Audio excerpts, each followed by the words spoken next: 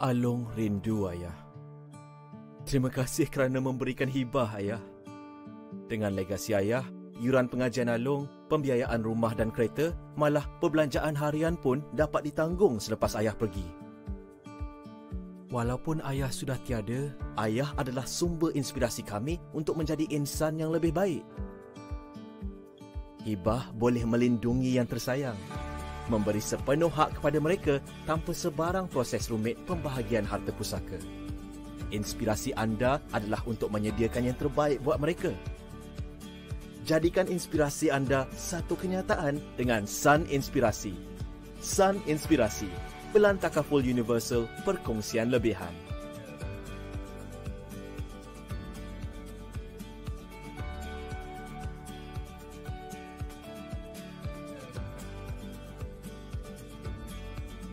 Izinkan inspirasi anda terpahat dalam ingatan orang tersayang.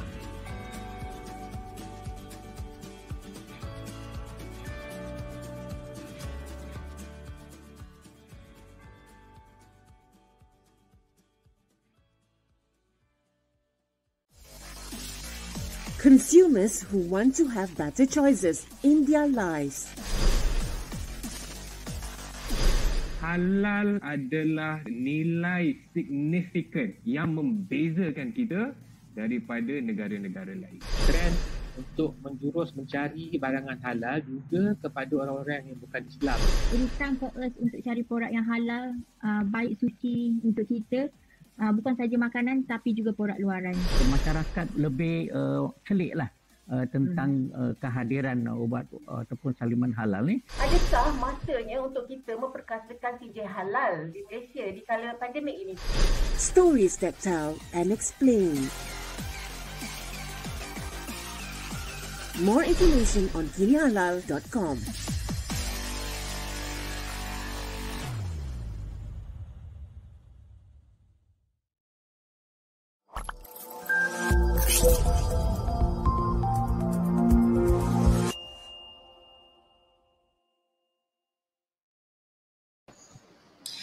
Hi, Assalamualaikum warahmatullahi wabarakatuh. I'm Syilda Ismail. I'm the Senior Executive Producer of Kinihalal, and you are watching Kinihalal. Let's Talk Islamic Finance series brought to you by CIMB Islamic, discussing with our esteemed guests and scholars.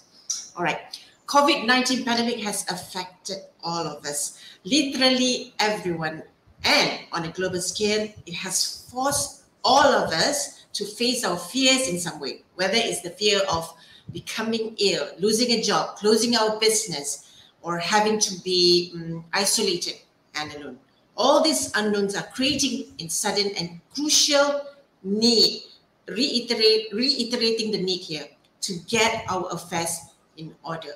Well, from an Islamic perspective, wealth must be justly and lawfully acquired, accumulated, and responsibly managed. So for today, we shall discuss interesting subject on using Takaful and Hibah for Islamic Estate Planning. So I welcome Ahmad Shahriman, Mohamad Shariff, CEO CIMB Islamic Bank. Assalamualaikum Syilda. Waalaikumsalam warahmatullah. Very nice background you have there. All right, we have also Muhammad Fikri, Muhammad Rawi, CEO of Sun Life Malaysia Takaful. Assalamualaikum Syilda, Shahriman. Waalaikumsalam. And then we have also Redzuan Idrus, legal advisor and estate management consultant. Assalamualaikum Syilda, Shahriman and Fikri. Okay, we have an interesting and very, very important topic to discuss here. Okay, let's just start with Ahmad Shahriman. Perhaps you can tell us what are the common problems in Islamic estate planning or inheritance? So, Syilda, thank you so much, I think, for starting off with that question. And I think one of the motivation for us at CIMB Islamic in running this program is also personal for me, because I have seen so many people facing troubles, issues when it comes to estate planning. And it's both personal, meaning related to my own personal life, as well as my colleagues and so on, cases that I've come across and so on. But let me start off by explaining at a high level, what are the common problems that we see with regards to Islamic estate planning? Actually, there's two major problems and they are interrelated. One is what I say, lack of knowledge ataupun if you want to bahasa kurang ilmu, right? Actually, to be frank, a lot of people, a lot of Muslims especially, they have very limited knowledge of what happens after they pass away and how their matters or their affairs are actually administered after they pass away. So, for example, I'll give you some common misconception and misunderstanding, and I think later my fellow panelists, Brother Redzuan and Brother Fikri, they will explain a bit more. Brother Redzuan especially, he's very experienced in this area. On the area of kurang ilmu, a lot of people think faraid is the primary way out, and actually that is wrong. When it comes to Islamic estate planning, the way I see it personally is that faraid is by default. Kalau kita tak buat apa-apa perancangan, faraid ialah jalan terakhir. Right? Sebab itu kita sometimes we get the comments like, oh faraid ni macam dia berat sebelah, dia isteri tak dapat banyak and so on. But that is because faraid tu bukan the main way out. It's actually by default kalau kita tak buat perancangan, that's the way out. Sebab kita ada banyak lagi kaedah-kaedah untuk membahagikan aset. For example, for isteri, harta sepercarian is a very important component because you can get up to 50% of the asset of the marriage for you to take care of your family. Kita ada wasiat dan kita ada hibah, dan hibah ialah satu yang kita akan discuss in detail today, and I think and the reason why we focus a bit more on hibah, that's actually one of the most straightforward, and I think later Brother Fikri will explain kenapa hibah tu among one of the better means also for us to manage the estate. Now the second related problem which because kita kurang ilmu or lack of knowledge, then kita buat kurang perancangan. All this estate planning needs to be done in advance, before kita meninggal. Or because when you don't make proper planning, then your estate, your asset and so on will go through the processes, and I can tell you it can be very difficult for people who survive you. So what I will say when it comes to the perancangan, I think one of the most common problem, and this is why a lot of the asset banyak tersangkut, tak ada no agreement among the pewaris siapa nak jadi administrator. Because semua tak percaya, kita tak nak percaya ke, because kita kena appoint somebody. Walaupun ada faraid pun, CJ faraid pun, you still need somebody to administer, to do the administration, nak bahagikan, nak jual dan liquidate, right? And then because there's another problem is people equate nomination as administration. That's also not correct. Kalau for example you dah dinamakan dalam EPF, you dah dinamakan dalam ASB atau tabung haji, mungkin isteri kata, oh suami dah namakan saya, jadi kita selamat. Tidak. Daripada segi syariah, penamaan itu yang only acting as administrator, because maknanya pewaris lain boleh still claim kalau kita tidak membagikan. So nomination does not equate the asset being given to you. You are from Islamic perspective, you are only a administrator. But if you look at the bigger asset, you need a proper administrator if there's a lot of pewaris. So because of this common problem, this is what happened. The asset tersangkut, and because bila asset tersangkut, what is the effect to your living family? One is disruption. Kalau ada anak nak belajar, duit tak ada. Kalau isteri ataupun kalau ada yang ibu bapa yang mengharapkan wang daripada kita, that will be disrupted because money will be locked in. You can't get it, because even if you have faraid and so on, you have to go court and so on, and I think Redzuan will be able to explain berapa lama duit tersangkut. And then there will be asset disruption. So katalah suami tu ada perniagaan tu berkembang, ataupun isteri ada perniagaan, berkembang maju, tapi disebabkan nak kena pecahkan aset tersebut, hancur, perniagaan tersebut hancur. Dan because of all these things, musnahlah hubungan keluarga, bergaduh sampai pakcik tak jaga anak saudara, that kind of thing. Putus silaturahim. Itulah akibat kebanyakan. Jadi itulah sudah, kalau saya nak kata masalah tu, memang bagi saya ni memang satu masalah yang penting bagi umat Islam di Malaysia ni untuk atasi. Okay, thank you Shahriman. When you say that kurang ilmu ataupun kurang awareness ataupun kurang terperinci tentang takaful ataupun hibah ini, mungkin tak topik itu agak sensitif, because we're talking about inheritance, we're talking about harta here. Rizwan, would you like to take up this soalan, Rizwan? I like that kind of question. I would like to resonate Yeah. with whatever Brother Shahriman said. When I speak, I always start with something, the four level of knowledge. If I may share, Yeah, go there ahead, are go ahead. level of knowledge that people. Firstly, they are conscious, competent, means they know what they know. They are aware that they know. Secondly, they are conscious, incompetent. They know that they don't know about it. Thirdly, they are unconscious competent. They don't know that they are able to do something. But the fourth one is unconscious incompetent. They are not aware that they don't know about anything. And this is the level of the word that we in religion always call it jahil, mean to say we are not able to guide them. Well, majority of people, based on my experience of 20 years, apabila saya berjumpa dengan para anak guam yang conscious incompetent, dia sedar bahawa dia tak tahu, it's easy for us to guide them. Throughout my experience, I always guide my client by education. I guide them and educate. But the most challenges that I have is unconscious incompetent. They don't know what they don't know, or they wrongly perceive something. So it's easier for you to influence the mass public by giving any incorrect information, as what we call it, orang lebih senang percaya peguam di kedai kopi. So at the end of the day, it goes back to the perception. People think about when you talk about property, you are materialistic. And people always say that apabila kubur masih merah, tak perlu cakap tentang harta pusaka. Betul, sensitif sangat. Sensitif sangat But that's kan? very wrong. Yeah, Very, yeah, very wrong. yeah, Yeah. yeah. That's very wrong. Yeah. Whereby I always look at it this way, and when I explain to my client, they have this kind of ideas. They think, saya bagi contoh macam seorang anak kecil. I say when the child is being born, they will reach the age of majority by the time they are baligh, 15 or 16, or the age of majority of 18. But the property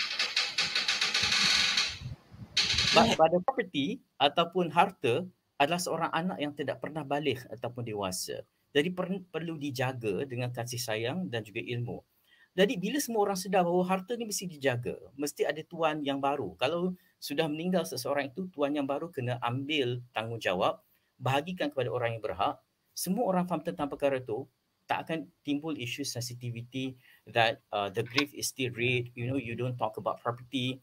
Because they thought when you're talking about property, you are separating the property from your life. Whereby having enough property and leaving your heirs or your waris in wealth is something, is a sunnah, is encouraged by Islam.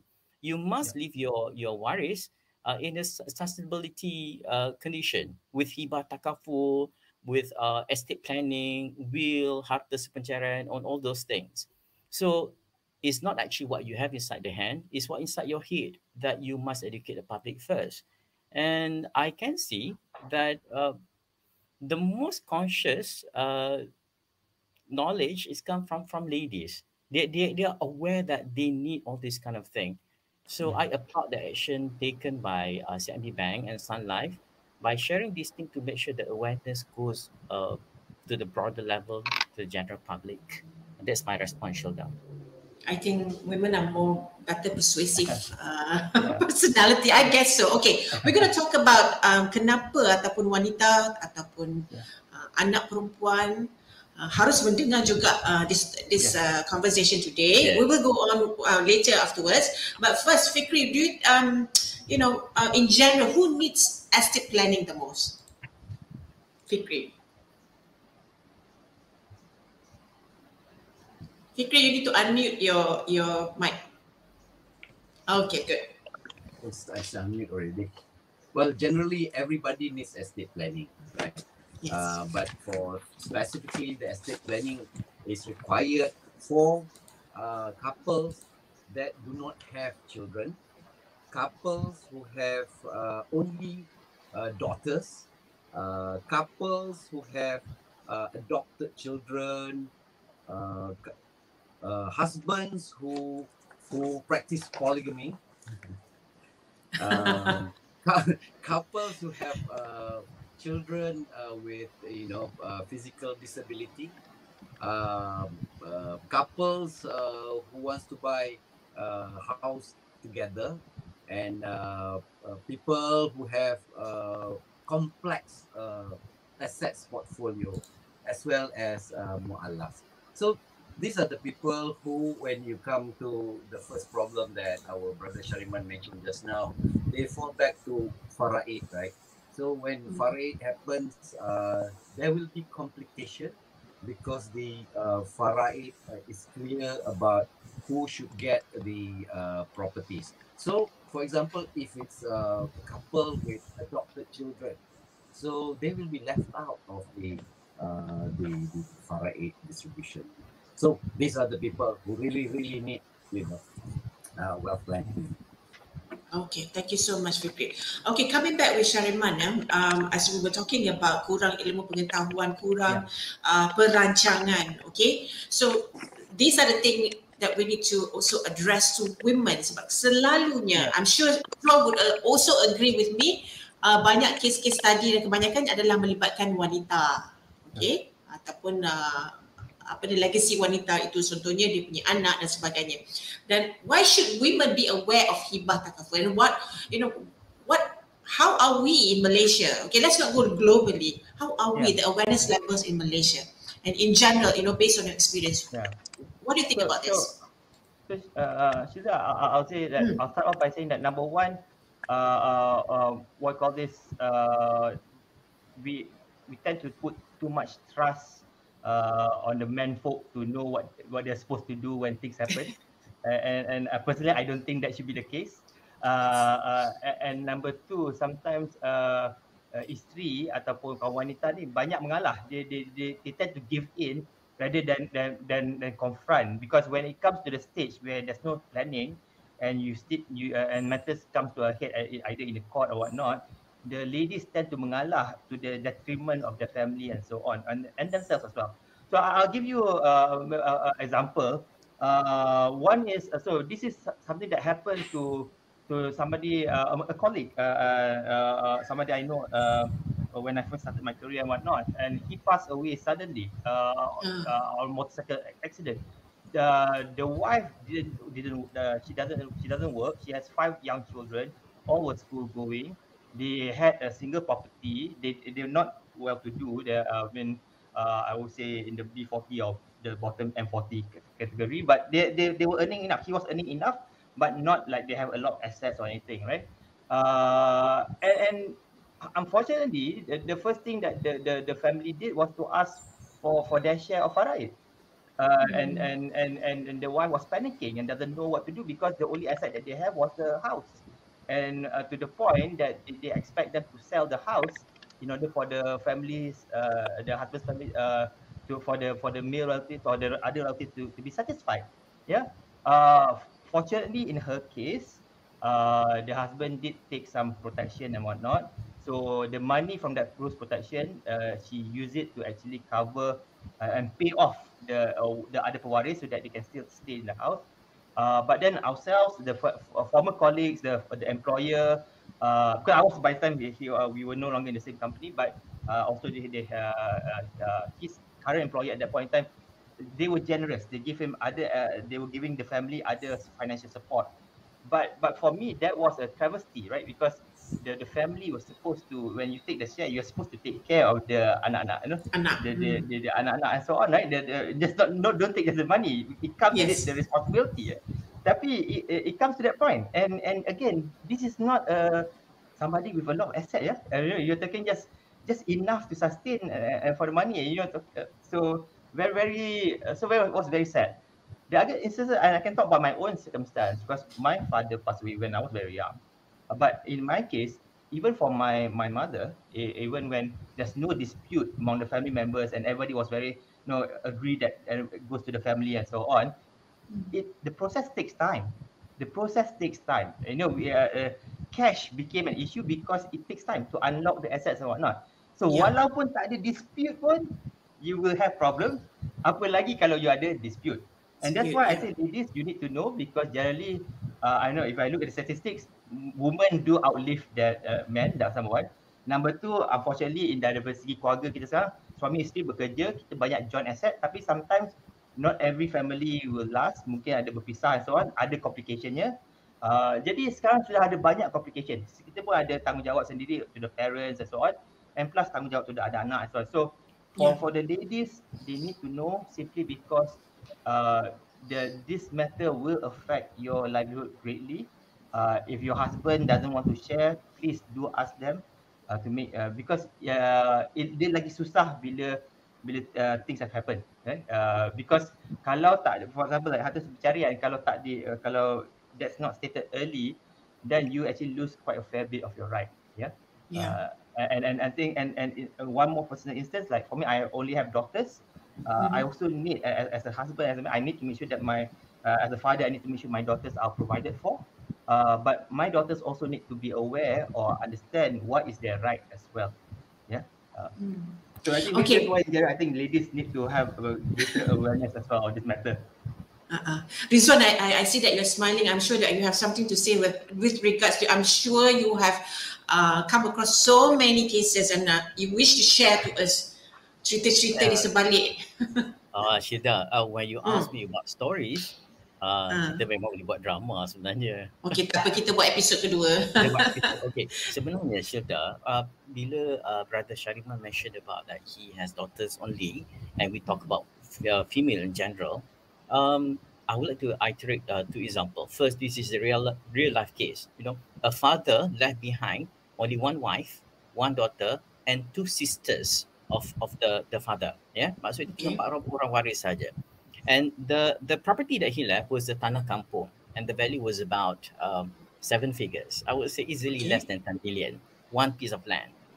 The daughter came to me. She was about 20 something, and she sat in front of me and she said, "Cik Redzuan, if you did not tell me about this property, I thought I'm the only daughter, and I think that I will not be able to inherit my father's property." Dia kata dia tak akan mewarisi harta ayah dia. And that was like 5 years back. It was in the year of 2015. Could you imagine? We live in a city, and this girl is educated, but she still think that anak perempuan tidak mewarisi harta ayah. I was so shocked, and I said, how can you say that? Because the property is about 7 million, and then you own half of it because the faraid give you half of it. So what happened was that the father actually prepared a hibah for her, of which I actually prepared and drafted the agreement, and then the father actually gave the hibah, the whole property to her, and she owns everything. There's a beautiful story about it. But the other thing, when you talk about lady, kenapa wanita seems to be a bit susceptible or vulnerable towards the issue?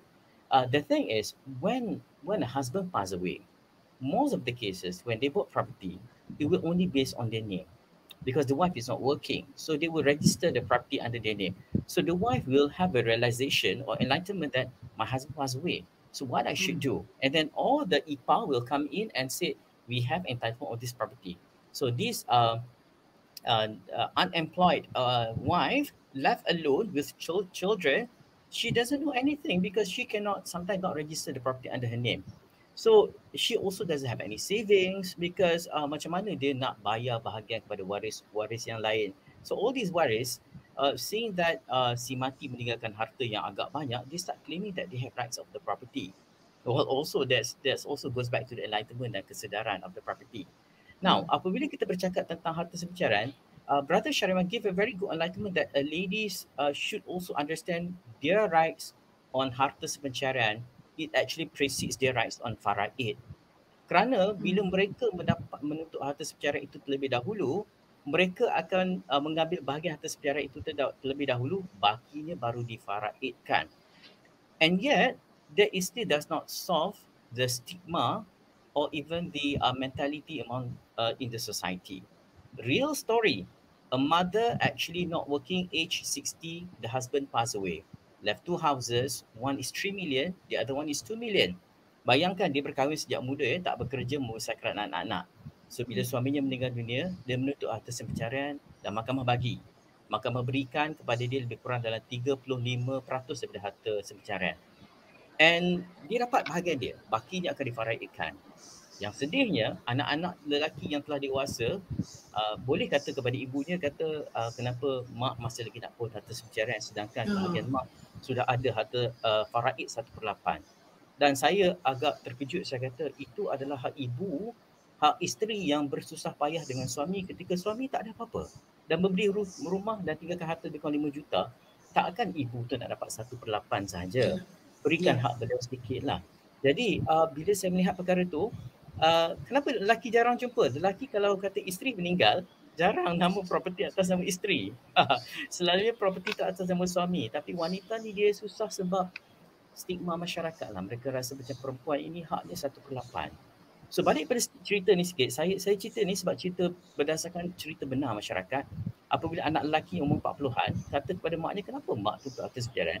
Saya tanya balik, saya kata, kalau kata tak nak mak dia tutup atas berjalan, berapa nafkah yang anak-anak lelaki beri kepada ibunya untuk perbelanjaan diri? Mereka kata tak ada, sebab ibunya cuma dapat pencen sahaja.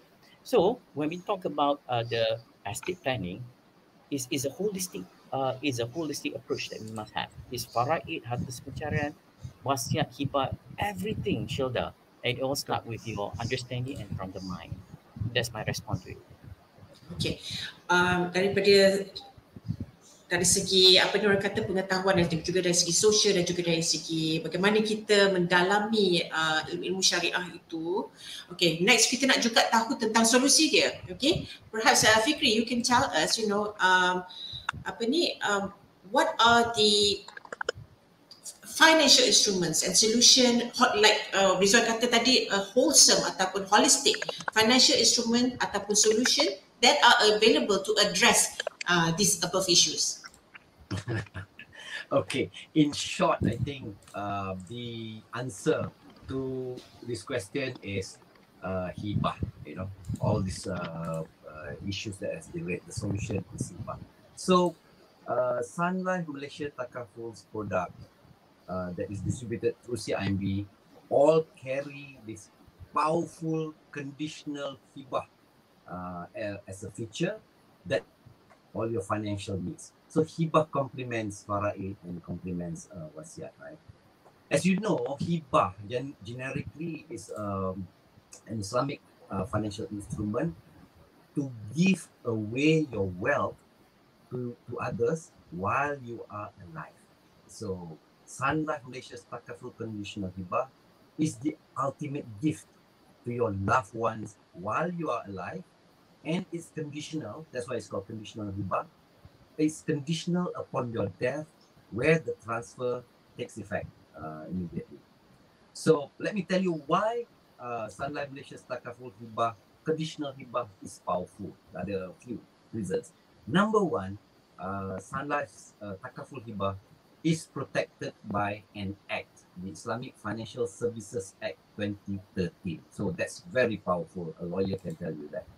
Number two, it is as I said, this is the ultimate wealth of benefit distribution mechanism where the contract holder can accurately and perfectly plan distribution at the rate they choose while they are alive, so that their family, their wife, their daughter don't get into the complication of faraid and not getting the whatever portion that they feel they should get.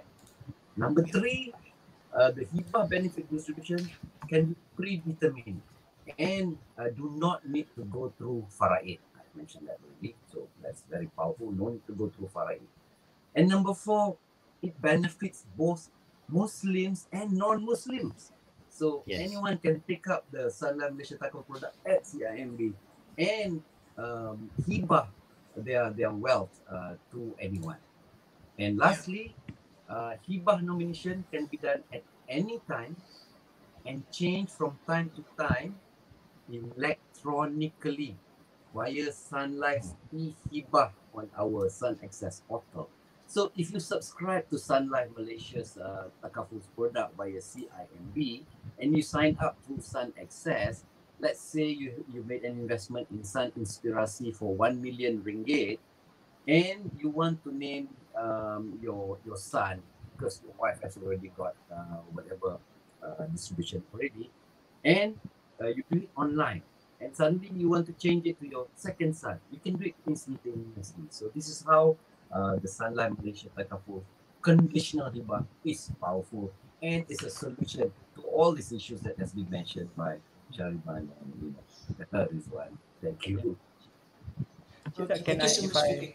If I can interject there, Syilda. I think maybe Brother Fikri spoke about a very important point there, which is how the linkage of hibah to the Islamic Financial Services Act. But maybe I want to also ask Brother Redzuan to elaborate more, because and whether my answer is correct, because I think because of that linkage to the act, it makes it more secure, or the strength legally is stronger. Because even other modes of mechanism, be it wasiat, harta perceraian and so on, those are still subject to contestable as well, right? Brother Redzuan, am I correct? So because that's where we are thinking about the instruments to work. I think that's where the power of the hibah comes from lah. Maybe you can correct me, Brother Redzuan, if I'm wrong there. Okay, Redzuan, what do you think? Well, when we talk about hibah and we talk about takaful, which is very interesting, I would say, those are two different products that is actually combined together and being enumerated under one act, as Brother Fikri mentioned just now, under Islamic Financial Services Act 2013. If I may put it more specifically under Schedule 10, yeah. Because hibah itself is a mode of you want to dispose of property, cara melupuskan sesuatu harta, ya. Jadi cara pelupusan harta itu ialah maksud kita menghilangkan hak kita atas harta itu dengan memberikan kepada seseorang semasa hidup kita. Basically, Brother Fikri and Brother Shahriman has correctly explained it. What's unique about hibah takaful is that the takaful benefit, manfaat takaful itu telah pun diambil dan dihybridkan dengan prinsip hibah, iaitu pemberian ketika hidup tu, dan diiktiraf oleh satu akta, menyebabkan apabila akta itu ialah satu akta kewangan, Islamic Financial Services Act, dia menjadi satu produk yang diiktiraf oleh bank negara dan juga mahkamah sivil sebenarnya. Apabila produk itu diiktiraf oleh mahkamah sivil, dia menjadi satu perkara yang tetap, menjadi satu perkara yang konsisten. Dan setakat daripada ini, berdasarkan daripada kita kajian yang kita lakukan, belum kita mendengar mana-mana hibah takaful dicabar di mahkamah syariah lagi. Kerana apabila pengalaman saya sebagai peguam pusaka yang menguruskan banyak berkaitan dengan hibah hartanah juga, hibah hartanah banyak sekali dicabar di mahkamah syariah, walaupun dia ada melibatkan harta yang dicagarkan di bank. Tapi hibah takaful adalah satu perkara yang tetap, is consistent, it is fixed, it is recognized by the law, it is recognized by the court. So bila ada hibah takaful, ramai orang akan rasa macam, even kita sendiri rasa macam it is something yang sebenarnya telah pun settled law. Settled law maksudnya jarang dicabar oleh undang-undang. Menariknya hibah takaful ini adalah satu prinsip yang diambil di bawah mazhab Hanafi ataupun mazhab Maliki jika tak salah saya, yang membolehkan hibah itu dilakukan ketika hidup tapi dilaksanakan manfaatnya selepas kematian. Berbeza dengan prinsip biasa hibah di bawah mazhab Syafi'i. Dan saya percaya panel-panel syariah, bank negara, ketika mereka menggubal akta ini, mereka melihat masalah ataupun gambaran yang lebih besar bahawa hibah takaful sebenarnya adalah satu keperluan dan penyelesaian yang baik untuk mana-mana isu pengurusan harta pusaka yang timbul. Jadi bagi mereka yang ada kesedaran untuk mengambil hibah takaful itu, sebenarnya mereka menjadikan satu safety net, satu jaring penyelamat untuk waris-waris mereka yang kadang-kadang mereka lebih tahu. Sebab ada ramai orang, mereka ada waris yang anak angkat saja, ada yang mungkin tidak berkahwin pun, dan mungkin ada yang ada anak perempuan semuanya. Bila mereka sedar, mereka tahu ada satu produk yang boleh bantu mereka, dan itu adalah hibah takaful. Back to you, Syilda. Okay, Redzuan, I just want to add up again lah. Yalah, bila kita cerita pasal tentang technicality, okay Redzuan, but sekarang ni kita nak cerita bagaimana kita nak memujuk rayu untuk mereka memahami isu ini dari syariah. Tadi kita sebelum kita show ini kita ada bincang sedikit. Kemungkinan dari segi ilmu syariah ini seharusnya diaplikasikan, we apply this dari muda lagi, okay, di peringkat sekolah maybe, you know, it's just a suggestion ya, di peringkat sekolah ataupun yang as you mentioned tadi Redzuan, masa kursus kahwin. What do you think Redzuan? Because perkara ini sangat penting. Okay, kita Islam itu adalah adil. So kita harus tahu dari di peringkat mana, Redzuan? Syilda, bila Syilda tanya soalan macam ni, dia dia jadi macam banyak perkara datang kepada kepala saya tau. Islam ni memelihara lima perkara yang asas, iaitu nyawa, maruah, harta, keturunan ya. Bayangkan 5 prinsip asas yang dijaga syariah adalah harta. Jadi bila kita nak jaga harta tu, kita kena ada ilmu. Ilmu tu kena datang dengan kesedaran. Saidina Ali pun sebut, kalau kata kita ada harta, kita kena jaga harta. Dan kalau kita ada ilmu, ilmu jaga kita. Kalau kita nak jaga harta, kita kena ada ilmu. Jadi bila Syilda cakap tentang kursus perkahwinan, saya suka kata-kata yang selalu saya sebut, ikan tu busuk daripada kepala. Maksudnya kalau nak elok pun dekat kepala je kita tengok matanya segar, ya, instangnya merah. Jadi bila kita bercakap tentang kepentingan menjaga harta tu datang daripada siapa? Kepala keluarga. Ketua keluarga.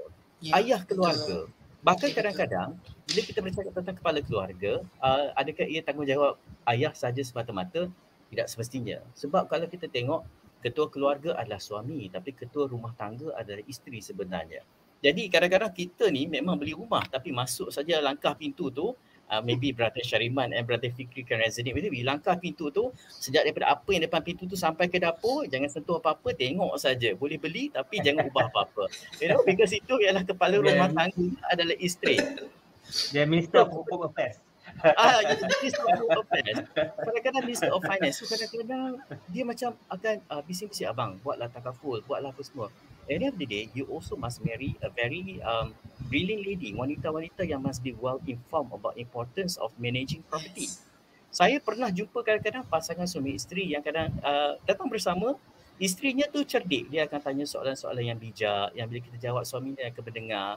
Jadi kepentingan untuk memahami ni bukan pada suami sahaja, pada isteri juga. And it goes with kalau kita tengok tu bagaimana pasangan tu berkomunikasi. I wouldn't say that I have a perfect communication, but I talk about property management with my wife on and off. Macam sambil jalan, I mention about, you know, will tu apa, hibah tu apa, and anything happen to me, this is how you should distribute the property. You should be able to talk about it casually, because at the end of the day, 5 perkara ni kena jaga. Harta, akal, maruah, nyawa. Jadi harta ni penting dalam Islam. Dan kalau kata kita berkahwin dengan orang yang cerdik, kita pun cerdik, ya, kita akan tahu bahawa harta ni mesti dijaga untuk kepentingan diri dan juga untuk orang lain juga. Bila kita bercakap tentang kursus kahwin, saya percaya bahawa kursus kahwin itu tidak bolehlah confine terhadap komunikasi suami isteri. Kalau ada masalah nak tanya, awak kenapa pasal muka hari ni, awak nak masak apa? The communication have to be brought in such a way, you must be able to talk about how the property is going to be managed later on. Itu barulah kita sampai ke peringkat yang pihak-pihak ni dia mengendalikan rumah tangga mereka dengan cerdik. Senang cakap tapi susah buat lah, termasuk untuk diri saya sendiri. Ya, Syilda, kembali kepada anda. Okay, tetapi ialah ini ada.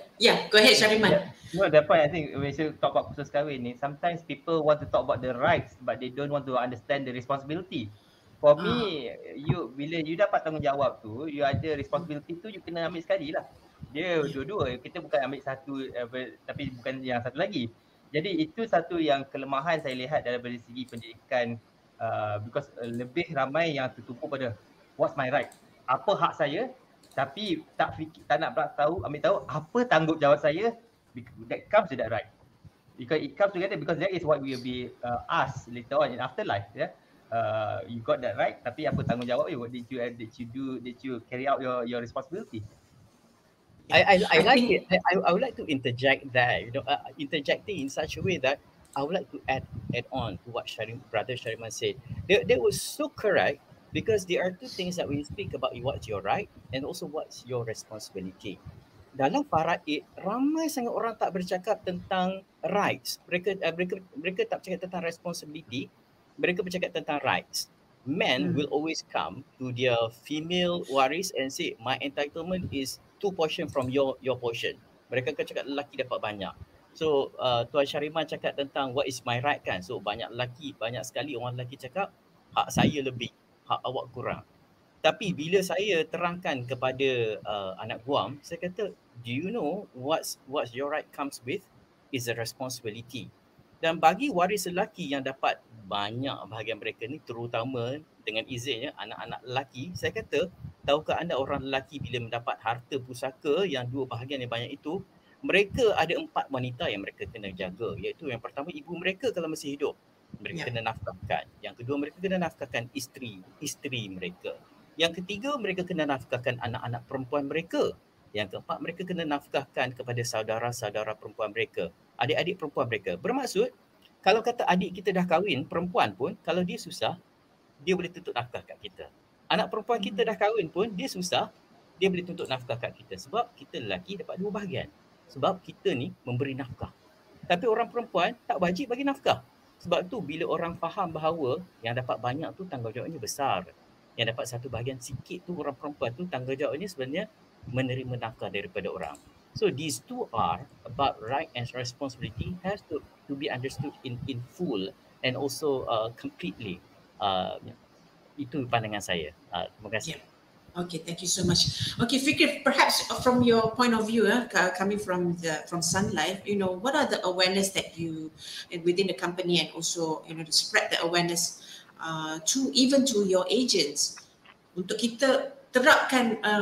It's not an easy job. Kalau kita lihat kepada mereka yang sedang dalam industri ni, bukan senang ni kita nak bagi tahu, okay, you kena plan your harta dan sebagainya. Yeah. What viewers need to know before subscribing to a Takaful protection plan for the family?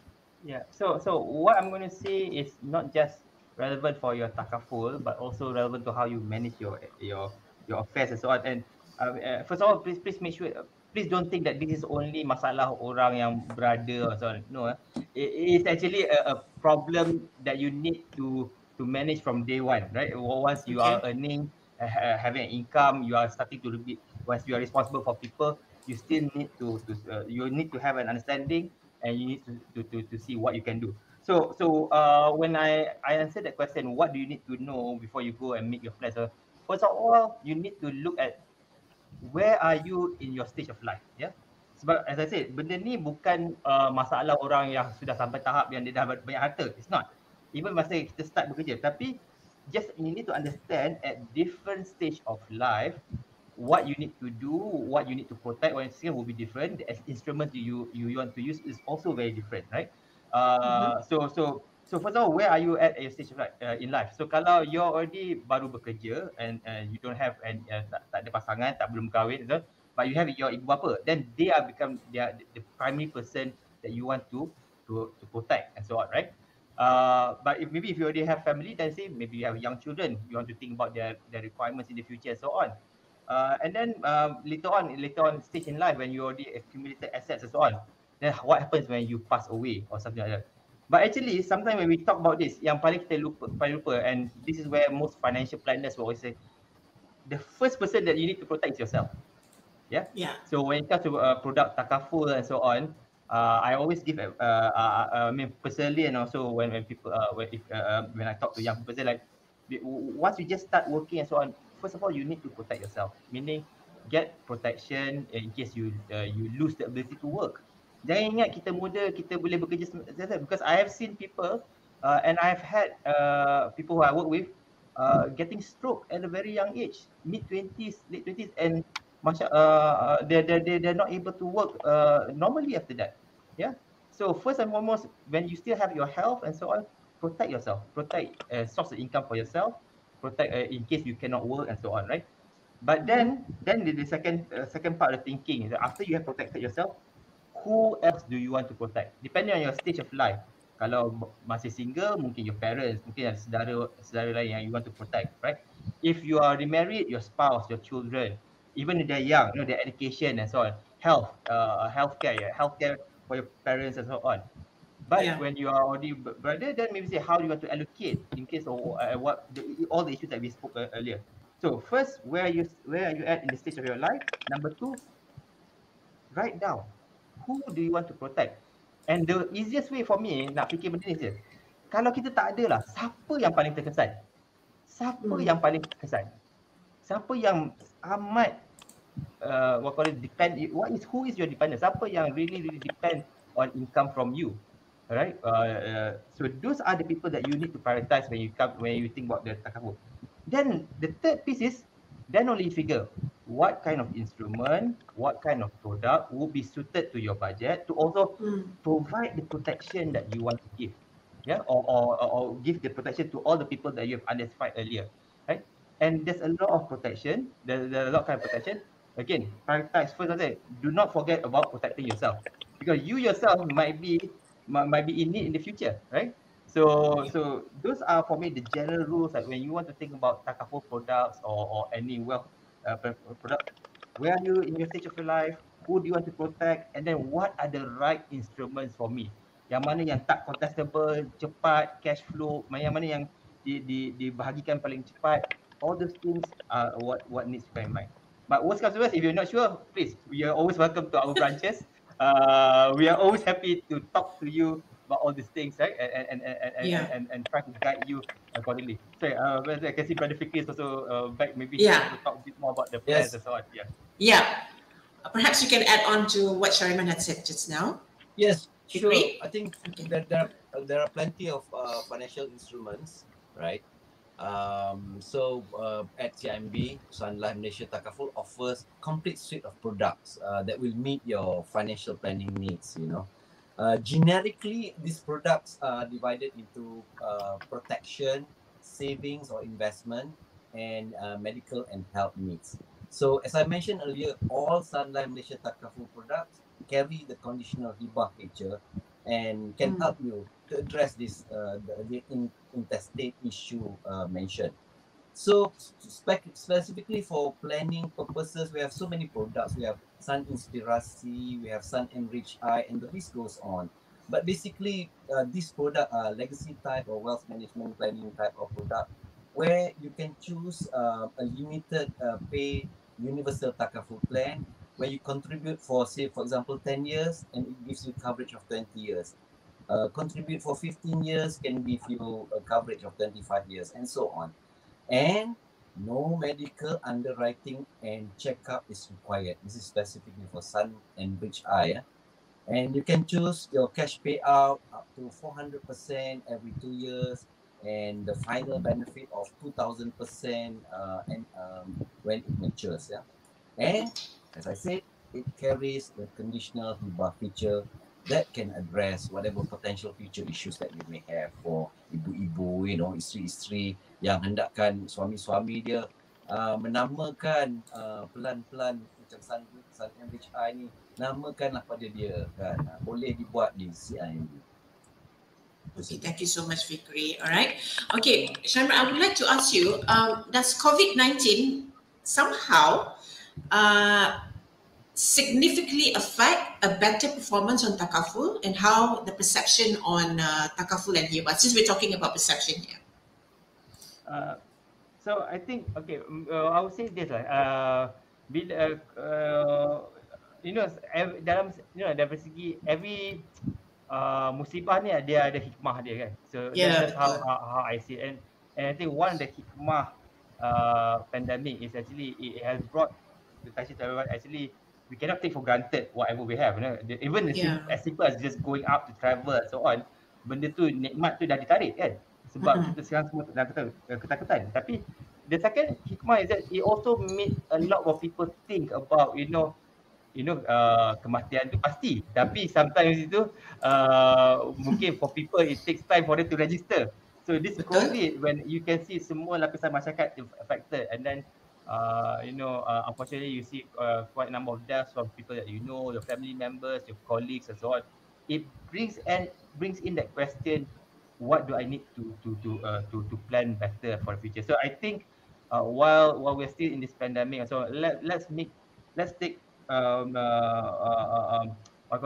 iktibar and try to make full use of the hikmah, which is, if you know that this can happen, all these unexpected things can happen, and it can happen more frequently in the future, take action. Okay, thanks, Shahriman. Take action. Yeah.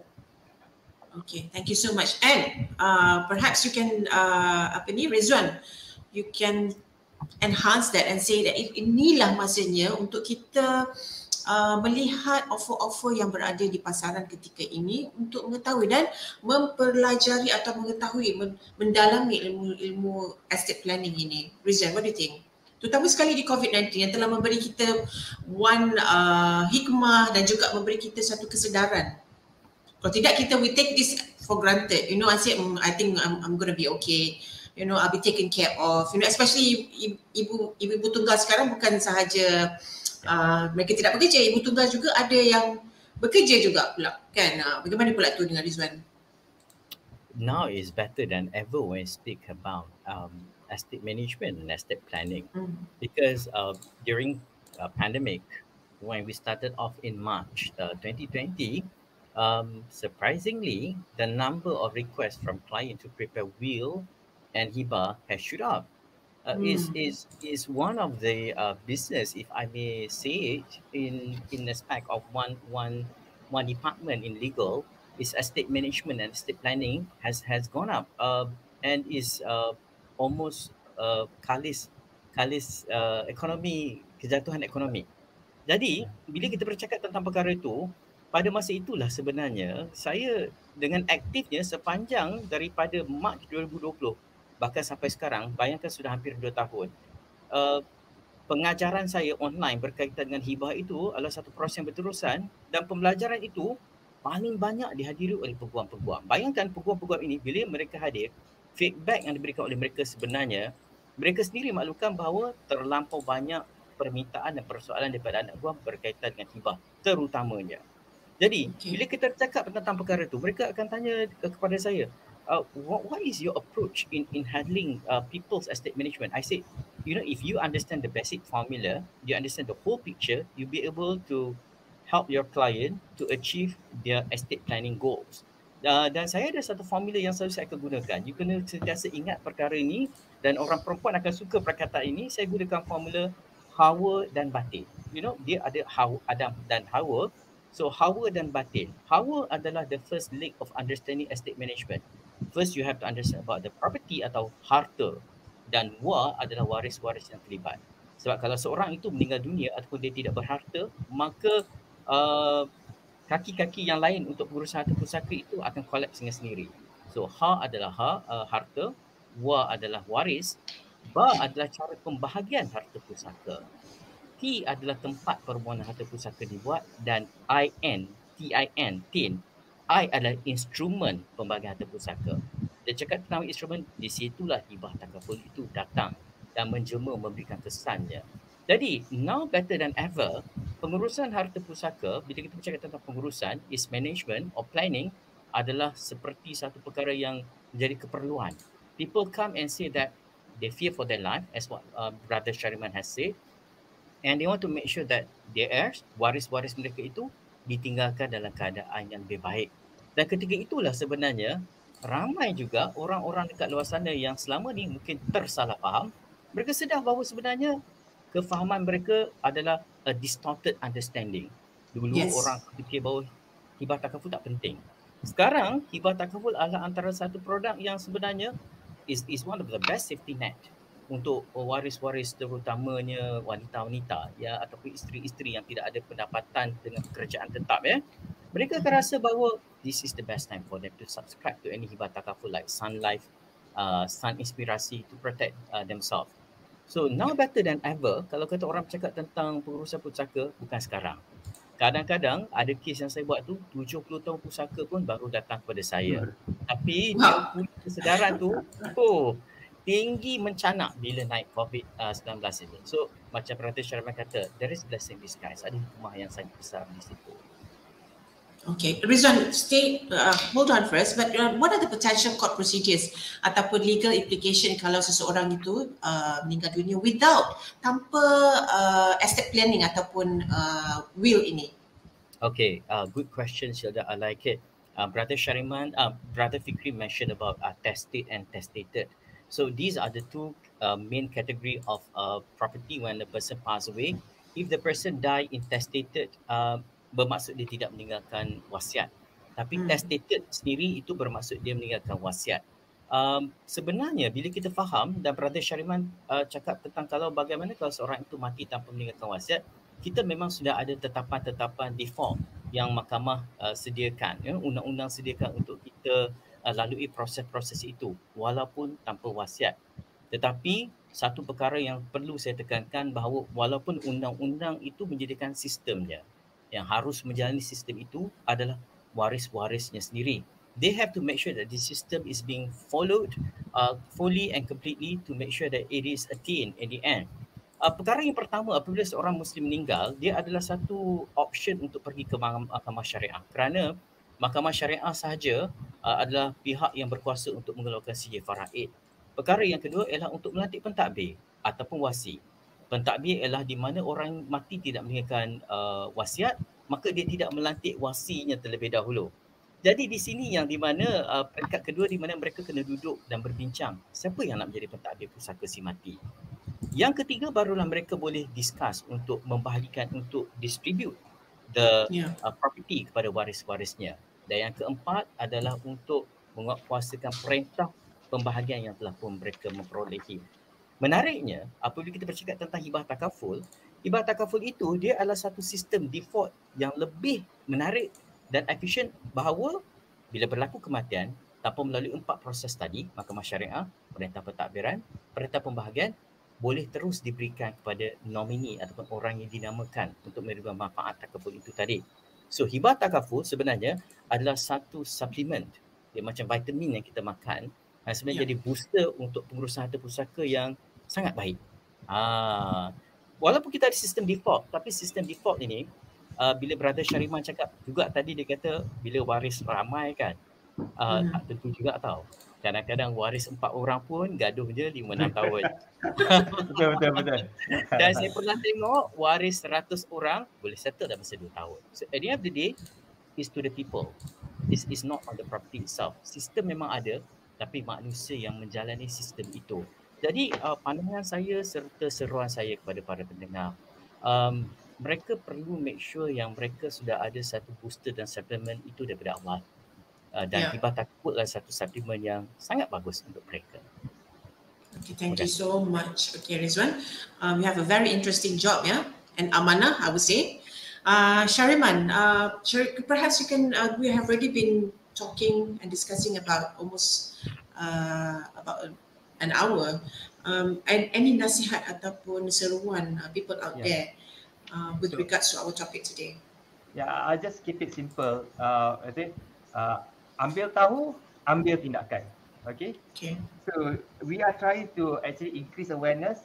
So that's why ambil tahu, find out. Ask. You can come to us. You can come to Sunlight. You can come to our branches. Speak to specialists. You can speak to lawyers. Ambil tahu. If you are if you're kaum wanita, ask your husband, ask your father, ask your son, ask. Ambil tahu dan ambil tindakan. Once kita dah tahu, let's see apa yang kita boleh buat. Right? For me personally, if you really at the end of the day, hibah is the one of the instrument yang very easy for you to enroll and to do. If you really tak tahu tak fikir how do I use hibah to actually takaful hibah to immediately protect people that I love. So but bottom line is the two same thing. Ambil tahu, ambil tindakan. Jangan dengar je dan lepas ni tutup virtual call, tak buat apa-apa. Okay, itu sayang. Ambil tahu, ambil tindakan. Okay, alright. What about you, Fikri? Yeah, I cannot agree more. I think that's very simple. Ambil tahu, ambil tindakan, pergi ke cawangan-cawangan CIMB untuk mengambil tahu dan ambil tindakan ini. Subscribe to Sunlight Malaysia Takaful product to protect your family and yourself. And okay, seems that Fikri have some connectivity issues here. All right. Okay, Fikri.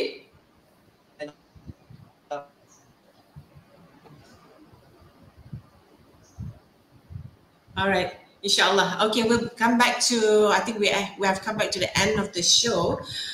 Thank you so much, Shahriman, and also Redzuan and so Fikri. For the viewers out there, do share this video or comment should you have any inquiries on the product and services offered. Lastly, it is recommended that Muslim put a greater emphasis ataupun niat on managing and planning your wealth distribution well, especially during this time. This is to avoid severe orang kata consequences occurring after the demise atau selepas kematian. Okay, do stay tuned on. Yeah, go ahead. I would like. I really like what Brother Shahriman just said just now. It's ambil tahu, ambil tindakan. 80-80, saya tambah sikit supaya cantik. SAT, SAT. Okay. Selalu ambil tahu, segera ambil tindakan. Betul. Selalu ambil tahu dan segera ambil tindakan. Kerana manusia ni, kita semayang hari-hari tapi tiap-tiap hari memang 5 kali azan juga. Jadi bila kita bercakap tentang hibah ni, dia tak tamat sekali di sini, Syilda. Saya rasa tanggungjawab Syilda, tanggungjawab Brother Shahriman, Brother Fikri ni besar ya, membawa amanah untuk make sure orang tahu pengurusan harta ni adalah satu ibadah yang besar. Jadi kita sama-sama pegang bahawa kita kena SAT. Selalu ambil tahu dan segera ambil tindakan. Terima kasih Syilda, kembali kepada anda. Okay, thank you so much, Redzuan. Okay, that's all from me, Syilda, Ismail. Do stay tuned to Kinihalal. Let's Talk Islamic Finance series brought to you by CIMB Islamic. Be sure to stay tuned to the next episode. Assalamualaikum. Alhamdulillah. Thank you so much. Meet Adi. He's a 40-year-old father of 2 beautiful children. As a father, safeguarding his wealth for his family and securing his children's education fund has always been his top priority. Adi wants his family to be taken care of, no matter what happens in the future, and to maintain his lifestyle after he retires. As the breadwinner of the family, Adi needs to think wisely about his financial goals.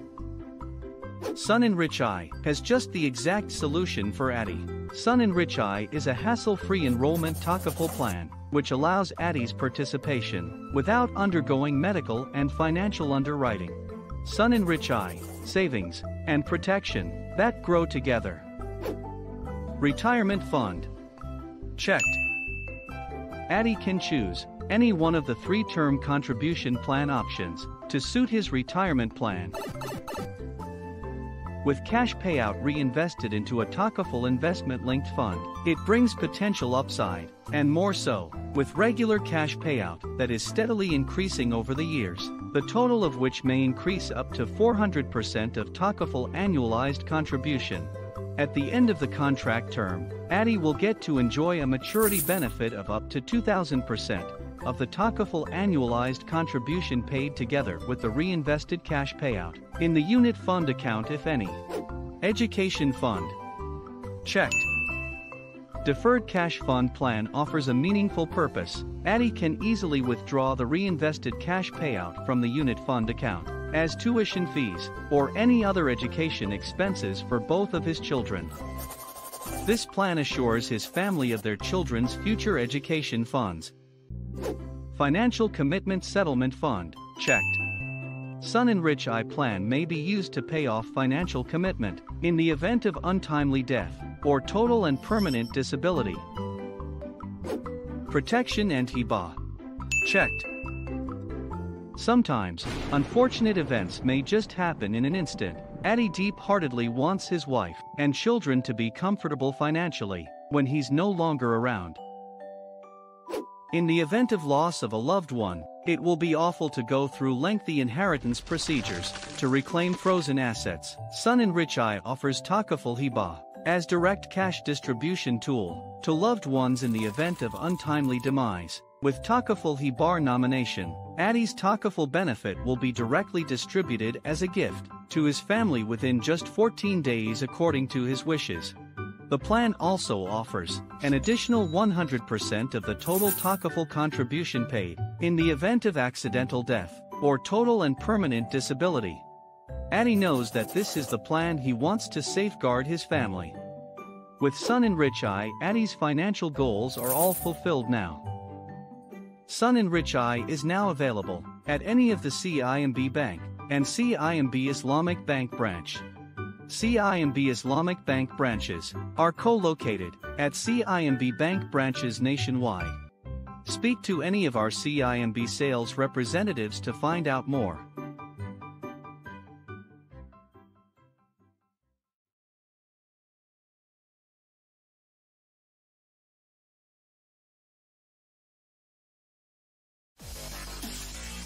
Consumers who want to have better choices in their lives. Halal adalah nilai signifikan yang membezakan kita daripada negara-negara lain. Trend untuk menjurus mencari barangan halal juga kepada orang-orang yang bukan Islam. It is time for us untuk cari produk yang halal, baik suci untuk kita, bukan saja makanan tapi juga produk luaran. Masyarakat lebih celiklah tentang kehadiran ubat ataupun saliman halal ni. Adakah masanya untuk kita memperkasakan CJ halal di Malaysia di kala pandemik ini? Stories that tell and explain. More information on kinihalal.com.